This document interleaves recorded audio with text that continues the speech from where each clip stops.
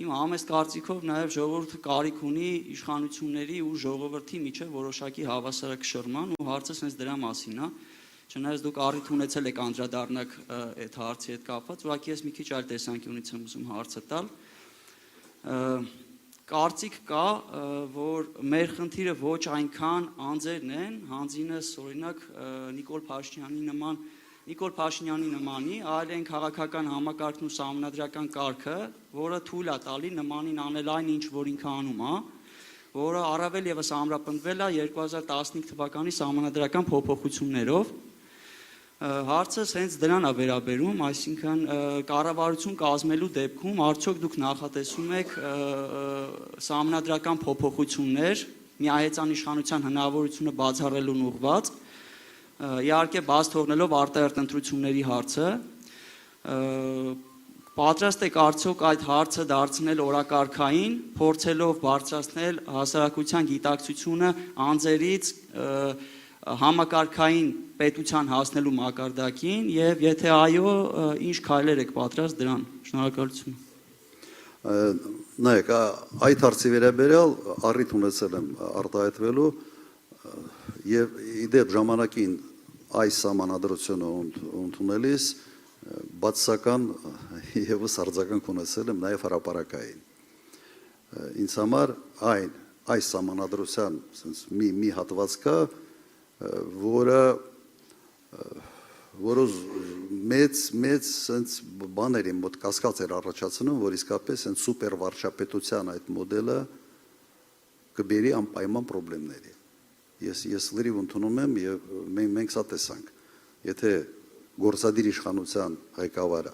կարող է SMS-ներով ազատել դատական իշխանության անկախ մարմինների ղեկավարներին, SMS-ը ուղղակի մարդիկ SMS ստանում են, թողում գնում են։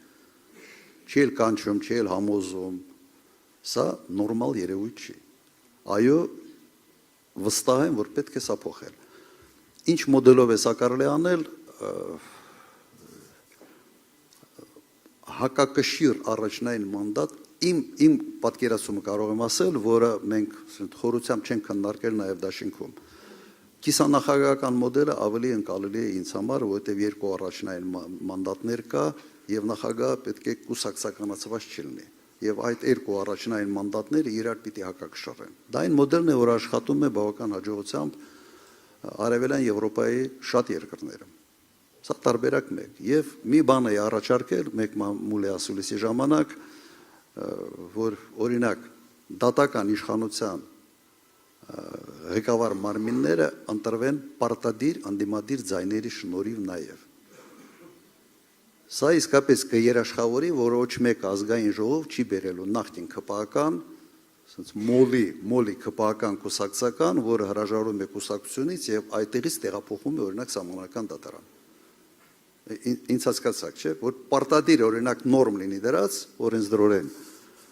հստակ նորմ, որ օրինակ սահմանական դատարանի անդամ ընտրվելու համար պետք է ունենա կամ Վճռաբեկ դատարանի դատավոր դառնալու համար պետք է ունենա 50 օրինակ 1% ձայն կամ ինչ որ տոկոս ձայն, որի մի մասը պարտադիր պետք է լինեն ընդդիմադիր խմբակցությունների ձայները։ Սա ծրագրում նաև մենք սա ամրագրել ենք։ Սա այն մոդելն է, որը ուղղակի կբացառի կուսակցականացումը, թաքնված կուսակցականացումը, ասենց կամուֆլաժի տակ դրած կուսակցականացումը իշխանությունների տարանջատման գործում։ Ուրիշ բան հորինելը նույնիսկ պետք էլ չի, որովհետև գործադիր իշխանության զսպող մեխանիզմները դա դատական համակարգն է։ Դատական համակարգ։ Եթե դատական համակարգը պատշաճ ձևով աշխատի, եթե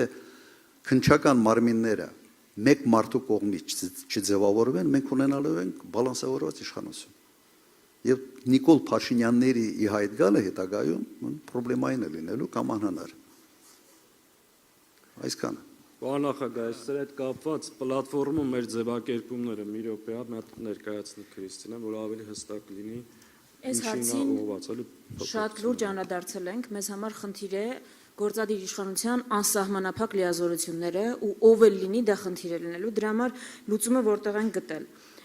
պետական կառավարում եւ արդարադատություն գլուխ ունենք, որտեղ առաջին կետը հենց դա է՝ զսպումներ եւ հակակշիռներ, վերաբաշխել գործադիր իշխանության անսահմանափակ լիազորությունները, խորհրդարանական համակարգի պահպանմամբ նախագահի ուղղակի համաժողովրդական ընտրություն, որպես նաեւ հակակշիռ։ Բացի այդ,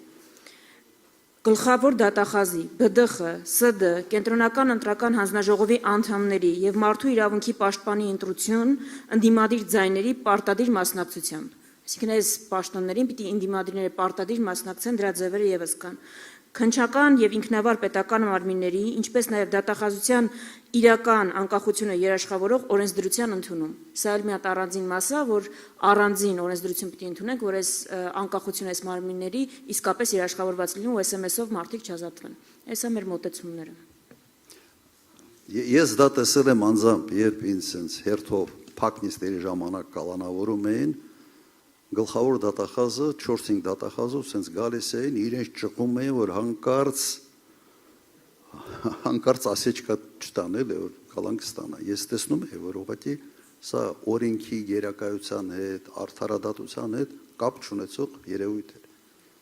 Մեկ մարդ ուղղակի ասելա գնա ինչ գնով ուզում ես կալանքը ստաց, այդ մարդը եկել է եւ ամեն գնով sense փորձում էր այդ կալանքը ստանալ։ Այսքան։ Ես ընդհանրապես կուզենայի խնդրել այդ